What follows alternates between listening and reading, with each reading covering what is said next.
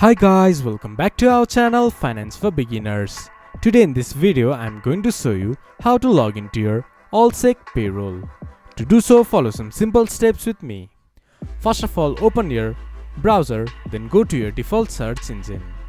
Then search Allsec Payroll Login. Then go to the first result that shows up or go to allsechro.com. It will then take you to the login portal of Allsec.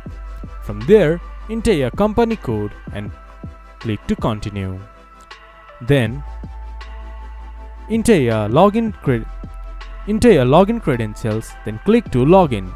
Then you should be able to access your Allsec Payroll. This much for today's video. If you guys find our video helpful, please leave a like and comment. And do not forget to subscribe our channel and hit the bell icon. I'll see you guys again in our next video. Thank you for watching.